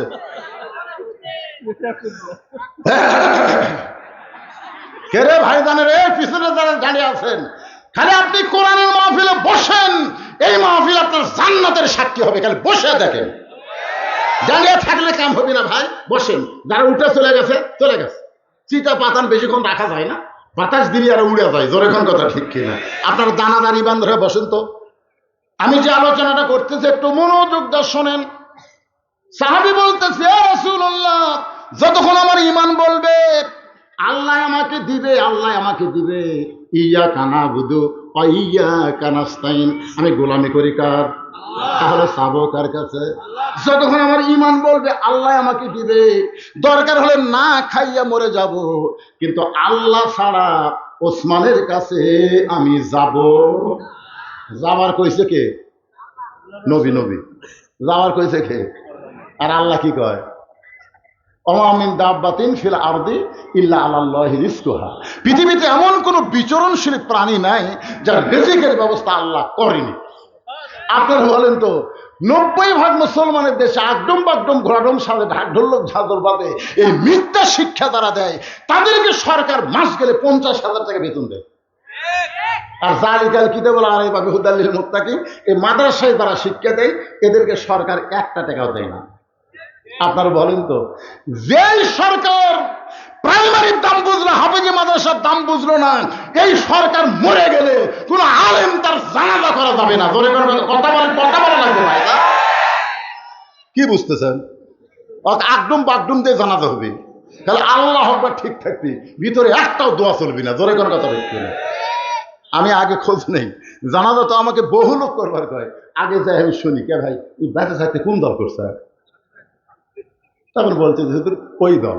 তখন আমি বুঝি তুই বেঁচে থেকে শয়তানের দল করছে, একা আল্লাহর দলের জানাজা করা যাবে না তো। কারণ দোয়া কি জোরে পড়া লাগে না মনে মনে? আগে আল্লাহ আকবার কয়া যা আছে ভাই, ওই খালি জ্যাঠা হলে ওই বললো চলবি না, আমার জাহান্নামের দোয়া করতেন। তোরা কথা ঠিক কি মনে করতেছেন 90% মুসলমানের দেশে প্রাইমারি সরকারি বেতন পায়, আর হাফিজ মাদ্রাসার জন্য চাঁদা তুলে চলান লাগে কি? আগামীতে আমরা কোরআনের বাংলাদেশ দেখব, সব প্রাইমারিকে একদম বাগদমকে কবর দিয়া জালিকাল কিতাবুল আরাইবা বিহুদাল লিল মুত্তাকিন, কোরআনের শিক্ষা সর্বোত্তম দেওয়া হবে। জোরে কোন কথা ঠিক না? আপনার ছোট বাচ্চাকে একদম বাগদম না দিয়া কোরআনের শিক্ষা দেন, দেখবেন ছেলের পরিবর্তন। ছেলে বাপক সালাম দিচ্ছে, আসসালামু আলাইকুম, ইয়াকফিরুল্লাহ আলাইকুম। বাপ কয় খেয়ে বাদান হুজুর শিক্ষা দিচ্ছে, বাড়ির যে বাপক সালাম দিয়ে মুসাফা করবা। আর প্রাইমারিরা সালাম শিক্ষা দিচ্ছে, খাড়া হয় পেশাব করে, জিজ্ঞাসা হয় বসিস না কেন, তোর স্যার তোকে শিখাইনি কেমনি পেশাব করা লাগে? ও কাই চাচা যে কি কন, প্রাইমারি পেশাবখানা যদি আমার সারি খাড়া হয় পেশাব করে। আজকে সেই স্কুলের অবস্থা দেখেন, আর এই মাদ্রাসার খবর দেখেন। একটু মনোযোগ দিয়ে শুনবেন। সঙ্গে সঙ্গে নবী বললেন আজকে নামাজ দেরিতে হবে, আজকে নামাজ দেরিতে হবে। ওই দুর্বল সাহাবীর কথা শুনে নবী বললেন আকামত হয়ে গেছে, তারপরেও নামাজ দেরিতে হবে। এখান থেকে বোঝা গেল ইমাম ইচ্ছা করলে নামাজ কোনোদিন আগেও পড়াবার পারবে, তাই বলে অক্তের আগে না, কোনোদিন আগেও পড়াবার পারবে, আবার কোনোদিন দেরিও করতে পারবে। জোরে কোন ঠিক কিনা? কিন্তু বাংলাদেশের ইমামেরা যদি একটু দেরি করে, দেখবেন শেষে মুসল্লি আইছে, ইমাম সাহেব জুম্মার দিন একটু ওয়াজ, একটা পয়েন্টের উপর আরে 1 মিনিট লাগবে, কয় মিনিট? ওই ঢুকাই হুজুর কি আপনার কি সময় জ্ঞান নেই? ইমাম সাহেব বলতেছে আমার ভুল হয়ে গেছে ভাই, আজকের মতো এখানে আলোচনা সমাপ্ত করা হলো। ওই শালা সবার শেষে এসে আগে নামাজ পড়ে বাড়ির জন্য, ওই মসজিদের মধ্যে ঘড়ি দেখে, ওই বাজারে চা খাবার গেলে একবার ঘড়ি দেখে না। জোরে কোন কথা কথা বলে? এরকম মুসল্লি আছে না নাই? আর ইমামগুলা মসজিদের মুসল্লিরা যা খায় তাই সেই মোতাবেক কাম করে। আল্লাহ নবী বলেন আজকে নামাজ দেরিতে হবে। এই বলে নবী মেহরাব থেকে ওই দুর্বল সাহাবীর দিকে যখন পা বাড়াইছে, মেহরাব থেকে নবী ওই দুর্বল সাহাবী, মসজিদ নবী বিশাল মসজিদ, ওই মেহরাব থেকে দুর্বল সাহাবীর দিকে নবী যখন যাবার চায়, এমন সময় আইন মন্ত্রী ওমর আল্লাহ নবীর সামনে দাঁড়ায় বলতেছে ইয়া রাসূলুল্লাহ, হুজুর আপনার জুতার পরশে আল্লাহর আরশ ধন্য হয়ে গেছে, সেই নবী দুর্বলের কাছে কেন যাচ্ছেন? বরং আপনি হুকুম করেন অক্সিয়ান দোলা করে ধরে এনে আপনার সামনে হাজির করতেছি। আপনার বুঝতে পারছেন আমি কি কইলাম? যে হুজুর আপনার জুতার পরশে আল্লাহর আরশ ধন্য হয়ে গেছে, আপনি কেন চাচ্ছেন? আপনি কেন হুকুম দেন ওকে এরকম শান করে নিয়ে এসে আপনার সামনে বসাচ্ছি? আল্লাহ রাসূল বললেন ওমর মুখ সামলে কথা বলো, মুখ সামলে কথা বলো, আমি নেতা যা করবো সেটাই তোমাকে মানা লাগবে। আল্লাহ কোরআনে বলেছেন আমার নবী যেটা করবে মা তাকুমুর রাসূলু ফাখুযুহু ওয়া মা নাহাকুম আনহু ফান্তাহু। আমি নবী যাবার চাচ্ছি, আর তুমি কেন তাকে আমার কাছে আনবার বলতে চাচ্ছ? তোমার দুই চোখ দিয়ে দুর্বল দেখতেছো, ইয়ানজুরু বি নূরিল্লাহ, নূরের চোখ দিয়ে একবার দেখো তো ওখানে কে বসে আছে। সুবহানাল্লাহ। দুই চোখ দিয়ে দেখতেছে দুর্বল বসে আছে, একবার দুই চোখ বন্ধ করে অন্তর চক্ষুতে তাকে দেখো তো এই মালটাকে। সুবহানাল্লাহ। আজকে আপনার দুই চোখ দিয়ে দেখতেছেন এমপির বাড়ি পুড়ে দিল, এমপির হরিণ খাইল, খেরে পাগলা দুনিয়ার বাড়ি পুড়িয়া দিছে, মরার পরে ওর উপর কি হবি একবার চিন্তা করো। একবার চিন্তা করো, বাংলাদেশে একটা আওয়ামী লীগ মরলে একটা লোক ইন্নালিল্লাহ পায় না, সব লোক আলহামদুলিল্লাহ কয়। জনগণ কথা ঠিক না? আপনারা বলেন তো, কোনো মানুষ মরে গেলে জনগণ যদি আলহামদুলিল্লাহ কয়, এটা কি কষ্টে কয় না খুশি হয়ে কয়? তোরা এমন কি অকাম করলি যে মরে গেলে মানুষ ইন্নালিল্লাহ না কয়, আলহামদুলিল্লাহ কয়? অন্তরের চক্ষু দিয়ে তাকায় দেখেন, দুনিয়ার বাড়ি যখন পুড়ে দিছে, মরার পরে কবরের খবর কি হবে একটাবার মুসলমানের চিন্তা করার দরকার আছে না? কিন্তু যেদিন ডাক পড়িবে কবর মাঝে যাইতে, জোগাড় কিছু করছো বন্ধু তার মাঝে বিছাইতে। সব এ মুরব্বি দেয় মুরব্বি দেখুন, কবরের কথা হচ্ছে এবারে। ডানে কবর বামে কবর, সবাই বলেন ডানে কবর বামে কবর, নিচে কবর আছে যে, উপর দিকে চাইয়া দেখো বাঁশের ছাউনি দিছে কে। রাসূল বলে, ওমর দুই চোখ না দেখে চোখ বন্ধ করে দেখো। চোখ বন্ধ করে কি দেখবেন? চোখ বন্ধ করলে তো আমরা দেখতে পাই না। হুজুর এটা আমার বাসা, 2.5 কোটি টাকা খরচ করে তৈরি করছি, হুজুর দোয়া করেন। আমি বললাম ভাইজান এটা বাড়ি? না হুজুর এটা আমার বাসা। চোখ খুলে দেখতেছে বাসা। যদি বলেন চোখ বন্ধ করো, একটাবার চোখ বন্ধ করো। ও যখন চোখ বন্ধ করছে আর কানের কাছে বলতেছি, এ দুনিয়ার বাড়ি ঘর একদিন হইয়া যাবে পর, যাইতে হবে অন্ধকার কবর। দেখি চোখের পশমের তলতে পানি আসছে, দেখে কান্দিস কে? না হুজুর এটা আমার বাসা লয়। তাহলে এইটা কি? বলে এই পারে তোর বসত বাড়ি, ওই পারে তোর বাসা। এই দুনিয়ার বাড়ি হলো বসত বাড়ি, কিছুদিন আপনি বসত করতে পারবেন কিন্তু চিরস্থায়ী থাকতে পারবেন না। মুসলমানের আসল বাড়ি হলো জান্নাত। জোরে কোন কথা ঠিক কি না? আল্লাহর বান্দারা, আমাদের আসল বাড়ি জান্নাতে যদি আমরা যাবার চাই, একটু মনোযোগ দিয়ে শোনেন। সঙ্গে সঙ্গে হযরত ওমর চোখ বন্ধ করে ওই দুর্বল সাহাবীর দিকে তাকাইছে, চোখ বন্ধ করে। অন্তর চক্ষু দিয়ে যখন তাকায়, ওমর ফারুক কাঁপতে কাঁপতে কাঁপতে কাঁপতে ঠাস করে পড়ে যায়। ওমর ফারুক আর দাঁড়িয়ে থাকতে পারে না। ওমর ফারুক যখন পড়ে গেছে, সাহাবীরা বলতেছে, ইয়া রাসূলুল্লাহ, হযরত ওমর কি দেখে এমন করে পড়ে গেল? রাসূল বলতেছেন, কি দেখে কেমন ভাবে পড়ে গেল আমি বলবো না, কিন্তু পরে ওমরের হুঁশ হলে ওমরের মুখ থেকে তোমরা শুনে নিও। ধরে কোন সুবহানাল্লাহ। আমার কথা কি বুঝতে পারতেছেন? এরকম দেখে কাঁপতে কাঁপতে কাঁপতে কাঁপতে ঠাস করে পড়ে গেছে। তো সাহাবীরা বললেন, ইয়া রাসূলুল্লাহ, ওমর ফারুক কি দেখে পড়ে গেল? রাসূল বললেন, আমি বলবো না, কারণ আমি তো আর দেখিনি। দেখছে কে? এই তো সারা জীবন ব্যবসায় থাকবি না, হুঁশ যখন ফিরে পাবে তখন তোমরা জিজ্ঞাসা করো এমন কি ওমর দেখলো যে এটা দেখার পরে এমন করে পড়ে গেল। আজকে আপনার চোখ বন্ধ করে দেখেন, সবাইকে বলতে যে চোখ বন্ধ করে দেখেন, আগডম বাগডম ঘোড়াডম সাজে ঢাকঢোল লোক ঝদর বাজে। এই মিথ্যা শিক্ষার জন্য সরকার হাজার হাজার কোটি টাকা বাজেট করে, আর এই কোরআনের হাফেজি মাদ্রাসার জন্য সরকারের বাজেটে একটা টাকাও নেই। কারণ কি? চোখ বন্ধ করে দেখেন। দেখেন তো, কেবারে দেখেন না কেরে? এই ছেলেরা চোখ বন্ধ কর, দেখা যায় না? আপনি মনে হয় পড়েননি, ওই ভাই পড়ছে। আমরা ছোটবেলা পড়ছি, 1 চন্দ্র, 2 পক্ষ, 3 মিত্র। 1 কি? চন্দ্র। পক্ষ কয়টা? আলো পক্ষ, অন্ধকার পক্ষ। আর 3 হলো নিত্র। নিত্র মানে চোখ। তাহলে আপনার 2 চোখ বন্ধ করে দিলি দেখতে পাচ্ছেন না, তার মানে কি? হায়রে কপাল মন্দ চোখ থাকিতে অন্ধ। গান শোনেন আপনারা? হায়রে কপাল মন্দ চোখ থাকিতে অন্ধ। আমি একটা গান গাবো, কি মন খারাপ করতেছেন? ওটা বসা না করে একটু মনোযোগ দিয়ে শোনেন। কানার ভাগ্যে ধন মিলে না, কানার ভাগ্যে ধন মিলে না, সামনে পড়ে আছে সোনা, সামনে পড়ে আছে সোনা, কানা দেখতে পায় না, মাটি মনে করে ফাইলা দেয়, হাতে তুলে নেয় না, কানার ভাগ্যে ধন মিলে না। সামনে পড়ে আছে কি? সোনা। সামনে পড়ে কি? এই যে দুবলাগাড়ি হাফেজি মাদ্রাসা, এটা কি? আরো জোরে বলে এটা কি? আর প্রাইমারি কি? মাটি রে মাটি। সামনে পড়ে আছে সোনা, কানা হাতে তুলে নেয় না, মাটি মনে করে ফাইলা দেয়, কানার ভাগ্যে ধন মিলে না।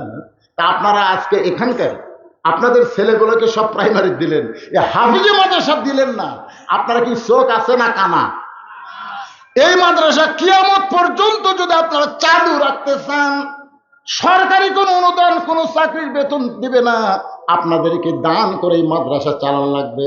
আমি শুধু তাদের কাছে বলবো যাদের বাপ মা কবরে গেছে। এখানে বাপ মা মারা গেছে এমন কয়জন আল্লাহর বান্দা আছে? একটু হাত তোলেন। যারকে বাপ মা মারা গেছে তারা হাত তুলবেন। হাত হাত নামান তো। যারকে বাপ মা মরেনি তারা হাত তোলেন তো। তো বোঝা যাচ্ছে সমান সমান বারে। আচ্ছা হাত না, হ্যাঁ, এরকে বাপ মা মরেনি। আপনারা যাদের বাপ মা মারা গেছে, শোনেন, বাপ মার কবরকে জান্নাত বানানোর জন্য বিশ্বাস করেন পৃথিবীর সর্বশ্রেষ্ঠ দান নবীর মাদ্রাসায় একটা কোরআন। এই যে কোরআন শরীফ আপনারা দেখতেছেন, একটা করে কোরআন এই দুবলাগাড়ি মাদ্রাসার দান করা লাগবে বাপ মার কবরকে জান্নাত বানানোর জন্য।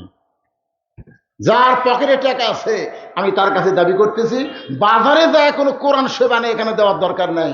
কোরআন শরীফ বাবদ মাত্র 500 টাকা দেবেন। আপনি একটা কোরআন শরীফ বাবদ 500 টাকা দান করবেন, আল্লাহ আপনার বাপ মার কবরকে জান্নাত বানিয়ে দেবে। আর আপনারা যারা বসে আছেন 500 টাকা দিবেন পারবেন না, বাপ মা যাদের জীবিত আছে, আপনাকে রুমাল যাবে, ব্যাগ যাবে, যিনি যা পারবেন 10 টাকা 20 টাকা 50 টাকা আল্লাহর রাস্তায় আপনার দান করবেন। অন্যদিকে সাইদ নামায়েরা বাপ মার কথা মনে করেন, অন্তরের চক্ষু দিয়ে একবার তাকায় দেখেন, বাবা কান্দে, মা কান্দে, কবরকে শুয়া দেখলি না দরদের বেটা একবারও আসিয়া। রফিকুল মিস্ত্রি 4টা কোরআন শরীফ বাবদ 2000 টাকা দান করেছে। আল্লাহ আল্লাহ দানকে কবুল করেন, বাপ মার কবরকে জান্নাতের টুকরা বানায় দেন। বাপ মা মারা গেছে, বাপ মার রোহের মাকফিরাতে কোরআন শরীফ বাবদ 500 টাকা দান করেন। আব্দুর রশিদ কোরআন শরীফ বাবদ 500 টাকা দান করেছে। আরেকজন আল্লাহর বান্দা কোরআন শরীফ বাবদ 500 টাকা দান করেছে। আল্লাহ দানকে কবুল করেন। আপনার দান না করলে বসে থাকেন, অসুবিধা নেই। উমর ফারুক কি দেখলো এই জিনিসটা শুনে যান, দান না করেন করেন, অসুবিধা নাই। কিন্তু এত রাত পর্যন্ত যখন কষ্ট করে বসে আছেন ভাই, উমর ফারুক কাঁপতে কাঁপতে কেন পড়ে গেল আমাদেরকে জানার একটু ইচ্ছা হয় না। এজন্য বসেন। মাদ্রাসা আপনি দান না করলেও চলবে, আপনার মতন কপাল পোড়ার দান না করলেও মাদ্রাসা চলবে।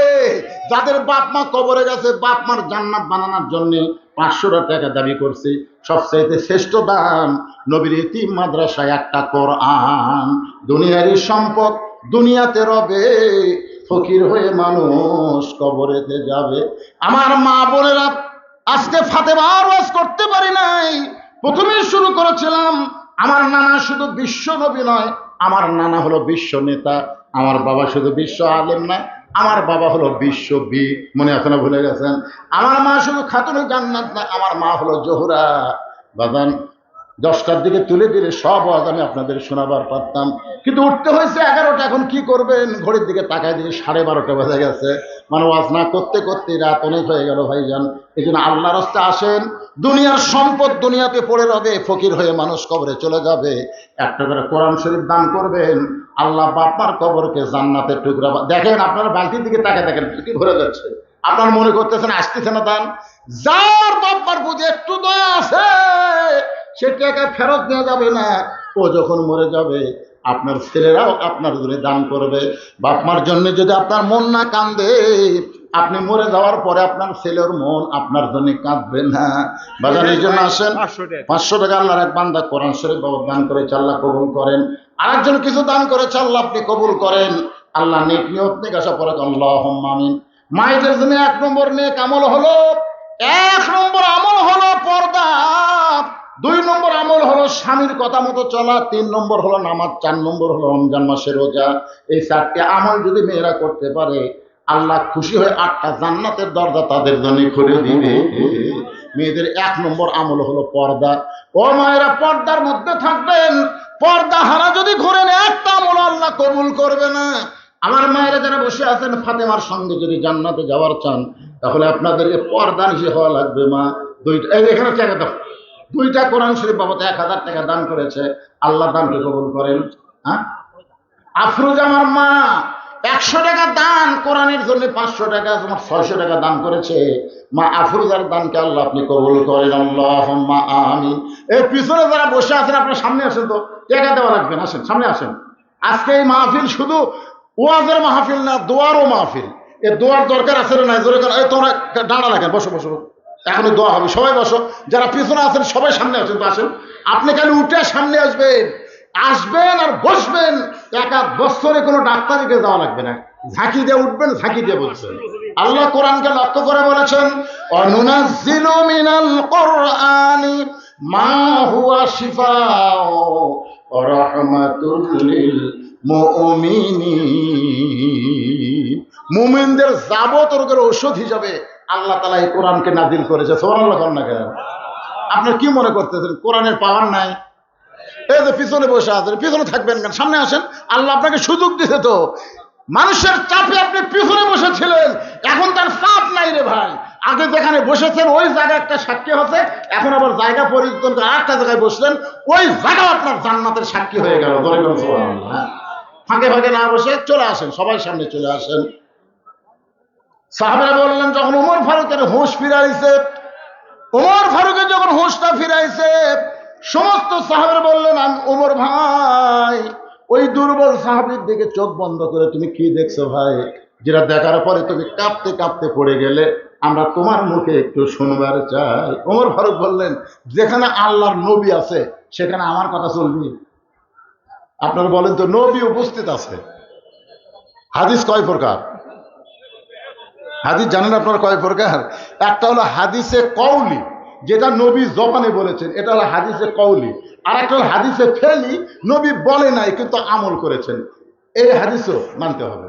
আর একটা হলো হাদিসে তাকরিরি, নবীর সামনে সাহাবীরা বলেছেন, নবী নিষেধ করেন নাই, এটা হলো হাদিসে তাকরিরি। 3 হাদিসে মানা লাগবে। কয়টা? হাদিসে কওলি, হাদিসে ফেলি, হাদিসে তাকরিরি। এখন নবীর সামনে উমর যেটা বলতেছে, নবী যদি সমর্থন দেয় তাহলে এটা হাদিসে তাকরিরি, এটাও মানা লাগবে। আরেকজন কোরআন শরীফ 500 টাকা দান করেছে, আল্লাহ দানকে কবুল করেন। ওমর ফারুককে নবী বলেন, ওমর আমি তোমাকে অর্ডার দিলাম। ওমর ফারুক লক্ষ্য করে দেখে ওমরের পাশে একজন সাহাবী দাঁড়িয়ে আছে, তার নাম হলো হযরত আলী, যাকে আল্লাহ নবী বানাইছেন শিক্ষামন্ত্রী। ধরে না সুবহানাল্লাহ। দেখিছে কে? আইনমন্ত্রী। দেখেছে কে? আর নবী ডাক দিয়েছেন কাকে? অর্থমন্ত্রী। এখানে খুব খেয়াল করবেন, ডাক দিয়েছেন অর্থমন্ত্রী, দেখেছে আইনমন্ত্রী, কাছে খাড়ায় আছে শিক্ষামন্ত্রী। মারাত্মক পেঁয়াজ। শিক্ষামন্ত্রীর নাম কি? কথা কয় না। হযরত আলীর মতন শিক্ষামন্ত্রী যদি বাংলাদেশে থাকতো, তাহলে বাংলাদেশে কোন শিক্ষার গুরুত্ব বেশি হতো? কথা কয় না রে ভাই, কথা কয় না রে।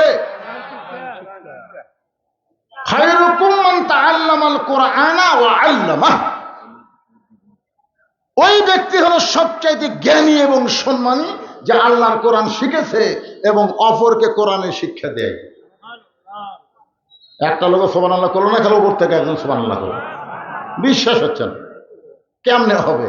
আপনার ছেলের যে মাস্টার 3টা মাস্টার, আপনার ছেলের ইংরেজি মাস্টারকে মাস গেলে 2000 টাকা দেন, ওই ছেলের অঙ্ক মাস্টারকে মাস গেলে 1500 টাকা দেন, ওই ছেলেকে 3 মাস হলে হুজুর কোরআন শরীফ পড়ায়, এখন পর্যন্ত বেতন নেই। একই ছেলের কয় মাস্টার? তাহলে 3 মাস্টারকে আপনি কয় চোখে দেখলেন? ইংরেজি মাস্টারকে 2000, ইংরেজি অঙ্ক মাস্টারকে 1500 মাস গেলি, আর 3 মাস হলে হুজুর কোরআন শরীফ পড়াচ্ছে এখন পর্যন্ত। ছেলে যখন বাপ কাছে বলতেছে, আব্বা আমি নিজে নিজে কোরআন পড়তে পারি আব্বা, তখন বাপ কয়, আমার হুজুরের কথা মনই নেই রে। মানে কোরআন যে শিক্ষা দেওয়া লাগবে এটা অনেক বাপের মনই নেই। তো তুই যখন নিজে নিজে কোরআন পড়তে পারিস, মরে গেলে কোরআন পড়িস, বা মরে গেলে কোরআন পড়িস, বাঁচা থাকতে হয় মরে গেলে। আপনার বলেন তো, কোরআন কি মরা মানুষের জন্য না জেতা মানুষের জন্য? সবাই বলা লাগবে, এই কথাটা কত বড় গুরুত্বপূর্ণ। কোরআন কি মরা মানুষের জন্য না জেতা মানুষের জন্য? আজকে আমরাই কিন্তু হুজুর, কেউ মরলি যাই বলে আইরে সেই দিকে যাইরে, বোঝা শোনা নাই। মরিছে, ওর বাড়ি যায় 1 খতম করার ফলে ঝুঁকে ঝুঁকে ঝুঁকে ঝুঁকে পড়ে, ছাত্র নিয়ে পড়ে দোয়া করতেছে, আল্লাহ আমরা 1 খতম কোরআন পড়লাম, এর যা সওয়াব হলো যে মরিছে আর রুহে দিয়ে দাও আল্লাহ। তখন দুই কান্দে দুই ফেরেশতা বলতেছে, আল্লাহ এই হুজুর যে ছাত্র করে দোয়া করলো যে এক খতম কোরআন পড়া যা সওয়াব হলো ওই মরাক দিয়ে দাও, যে তুমি কি বলতেছে? আল্লাহ বলতেছে একই সব কয়বার, কারণ প্রতি অক্ষরে 10টা করে নেকি। উনি যখন পড়িছে পড়া মাত্রই পড়াও শেষ, নেকি লেখাও শেষ। আলিফ 10 নেকি, লাম 10 নেকি, মিম 10 নেকি, জালিকার একবারে 30 নেকি, এইভাবে সব লেখা শেষ। এই যে আবার বলতেছে উমুকে রুহে দাও, তো একই নেকি কয়বার? আল্লাহ কয় ফেরেশতা তোরা সাক্ষী থাক, কোরআন কোন মরা মানুষের জন্য নয়, কোরআন হলো জীবিত মানুষের হেদায়েতের খোরাক। জোরে কোন ঠিক কি না? হুদাল্লিল মুত্তাকিন। তাও সবার জন্য না, আবু জেহেলের জন্য না, আবু বক্করের জন্য। জোরে কোন কথা ঠিক কি না? কোরআন শুনেছে আবু জেহেল, কোরআন শুনেছে আবু বক্কর। আবু জেহেল কোরআনের শত্রুতা করেছে, আর আবু বক্কর কোরআনের জন্য জীবন দিবার চাইছে। জোরে কোন কথা ঠিক কি না? আমার সামনে যারা বসে আছেন এই শেষ মুহূর্তে, বেশি লোকের দরকার নাই, 300 জন। কয়জন সংসদে কয়জন লাগবে? এই গোটাল 18 কোটি সংসদে দেখবি, খালি 300টা ভালো মানুষকে আপনার পেটা দেন। এমন আইন করবি না মানলে পাশার ছাড় উঠে যাবি। ধরে কোন কথা ঠিক কিনা? এই গোটাল মাহফিল বড় মানুষের কোনো দরকার নাই, যে কয়জন মানুষ বসে আছেন একটু মনোযোগ দিয়ে শুনবেন ভাইজান, এই কথাগুলো একটু মনোযোগ দিয়ে শুনবেন, আগামীকাল আমার রিপ্লাই করবেন। কি কথা বলতেছিলাম? ওমর ফারুক যখন বলবার চাই কি দেখছে, এমন সময় লক্ষ্য করে দেখি তার পাশে শিক্ষামন্ত্রী দাঁড়ায় আছে। কি মন্ত্রী? শিক্ষামন্ত্রী সম্পর্কে রাসূল বলেছেন আনা মাদিনাতুল ইলমে ওয়া আলিউ বাবুহা, আমি হচ্ছে ইলমের শহর, আলী হচ্ছে তার দরওয়াজা। সুবহানাল্লাহ। তার মানে কি বুঝতেন? শিক্ষামন্ত্রীর মধ্যে কয় প্রকার গুণ আছে, কত এলেম আছে আপনার জানেন? রাসূল বলেছেন আমি হচ্ছে এলেমের শহর, এই শহরের এলেম যদি নিবার চাও আলী দরজা দিয়ে তোমরা এলেম নাও। ধরে কেন? সুবহানাল্লাহ। হযরত আস্তে করে বসে ওমর ফারুকের হাত ধরে বলতেছেন, ওমর ভাই আপনি চোখ বন্ধ করে কি দেখলেন? আমি আলীর জামানা। এখান থেকে বোঝা গেল কেউ গায়েব জানে না, একমাত্র জানি কে? কথা কন না কেন? মানে তুমি দেখছো, তুমি বলবার পারবো, আমি যতই জ্ঞানী হই আমার বলার এলেম নাই। আমরা সকলেই বিশ্বাস করব গায়েবের 1 নম্বর মালিককে। আরো জোরে। রাসূল বলেছেন আমি যা জানি তোমরা তা জানো না, আমিও জানি না যতক্ষণ পর্যন্ত আল্লাহ পাক আমাকে না জানান। তাহলে আগে জানি কে, তারপরে জানি কে, তারপরে জানি কে, তারপরে জানি হচ্ছে আলী। কারণ আমি হচ্ছে এলেমের শহর, আলী হচ্ছে তার দরজা। কথাটা বুঝতে পারতেছেন না? আগে জানি কে, তারপরে জানি কে আল্লাহ নবী, তারপরে জানে হযরত আলী। কিন্তু সে আলী বলতেছেন ওমর ভাই চোখ বন্ধ করে আপনি কি দেখে কাঁদতে কাঁদতে পড়ে গেলেন?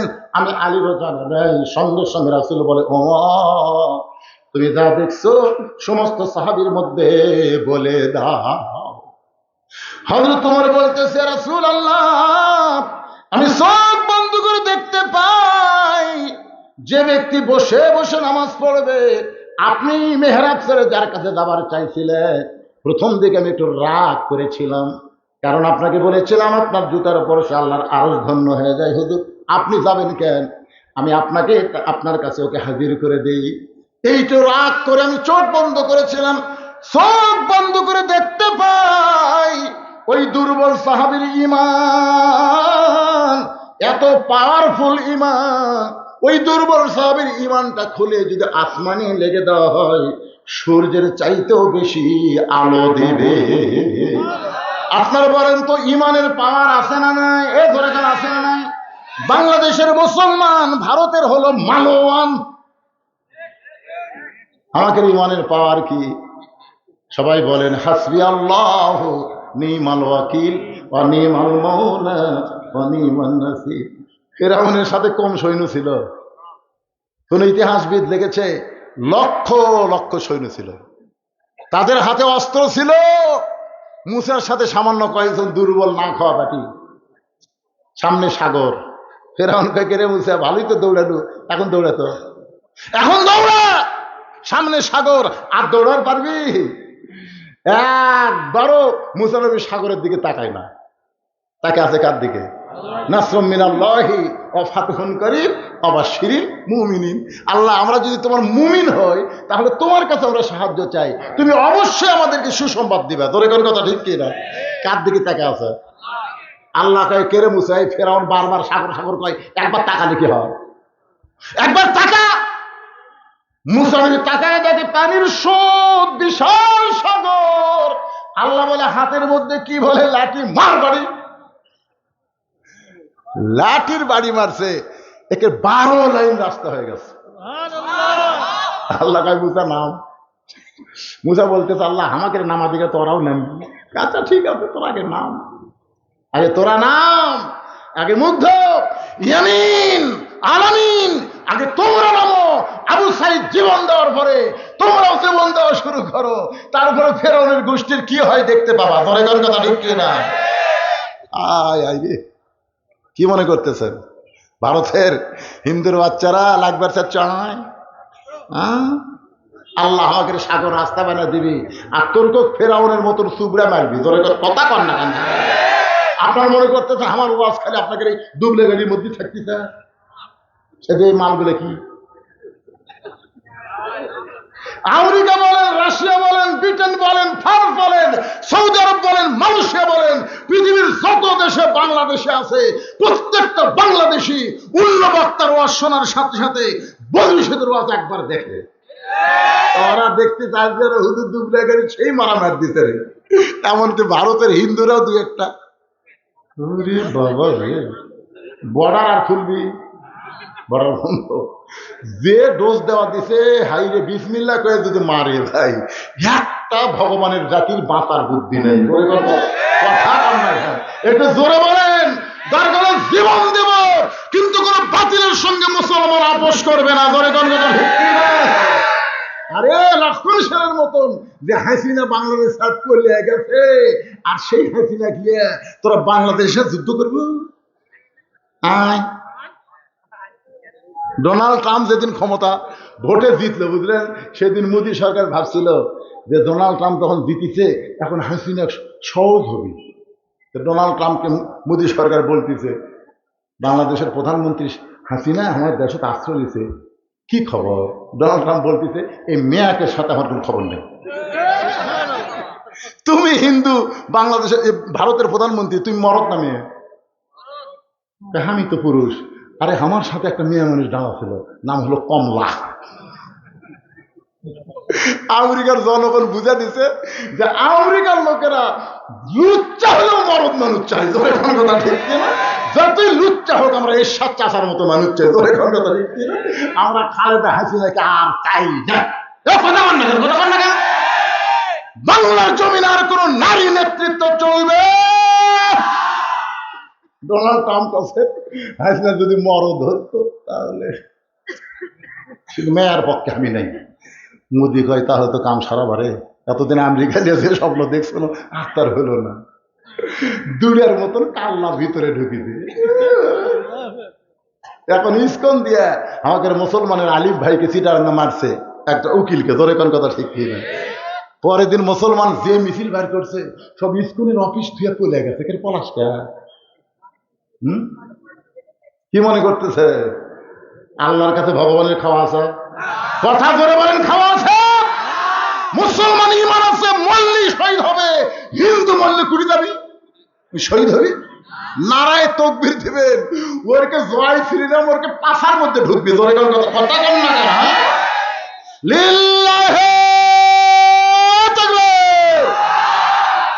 আর যতই আইবা, আর যতই তোরা আয়, ও আবার লম্বা হবে না। তোরা এখন ধান্দা করছিস, হুজুর আমার ওয়াজ ধরছে, আবার আইসি ফির করে আর ওয়াজ হবে না। যা হতে হয়েছে আজকে এই পর্যন্তই। আল্লাহ আমাদের সবাইকে ইমানের বলে বলিয়ান হয়ে আমি একটা গজল গায়ে মোনাজাত করব। ইমানের দাবি যদি কোরবানি হয়, সেই দাবি ঘরে বসে থাকা নয়। আপনার বলেন তো, ফিলিস্তিনের মুসলমানেরা ঘরে বসে আছে? ইমানের দাবি যদি কুরবানি হয়, সেই দাবি ঘরে বসে থাকা নয়। ইমানের দাবি হলো কিছু বিনিময় বিনিময়, সেই বিনিময় যদি কলিজার ঘাম হয়, সেই ঘাম দিতে যেন তৈরি থাকি। ওগো দয়াময় আমার আল্লাহ দয়াময়। ইমানের দাবি হলো অগ্নিশিখা, হিন্দুদের বিরুদ্ধে চলতে শেখা। ইমানের দাবি হলো অগ্নিশিখা, বাতিলের বিরুদ্ধে জ্বলতে শিখা। সে আগুনে জ্বলে জ্বলে, সে আগুনে জ্বলে জ্বলে দিব ইমানের পরিচয়। ইমানের দাবি ঘরে বসে থাকা নয়। আল্লাহ তাআলা আমাদের সকলকে ইমানের বলে বলিয়ান করুক। সকলে বলে আল্লাহুম্মা আমিন। এখান থেকে শিক্ষা, ইমান যদি বলবান করতে চান তাহলে ফজরের নামাজ জামাতে পড়া লাগবে বাজান। দুই একজন ঠিক ঠিক কয়, বাদ বাকি কথা কয় না। 5 ওয়াক্ত নামাজ আল্লাহ যেন আমাদের সবাইকে জামাতের সঙ্গে আদায় করার তৌফিক দেয়। ধরে বলেন আমিন। আস্তাগফিরুল্লাহ, সকলে বলেন আস্তাগফিরুল্লাহ আল্লাযী লা ইলাহা ইল্লা হুয়াল হাইয়ুল কাইয়্যুম ওয়া আতুবু ইলাইহি।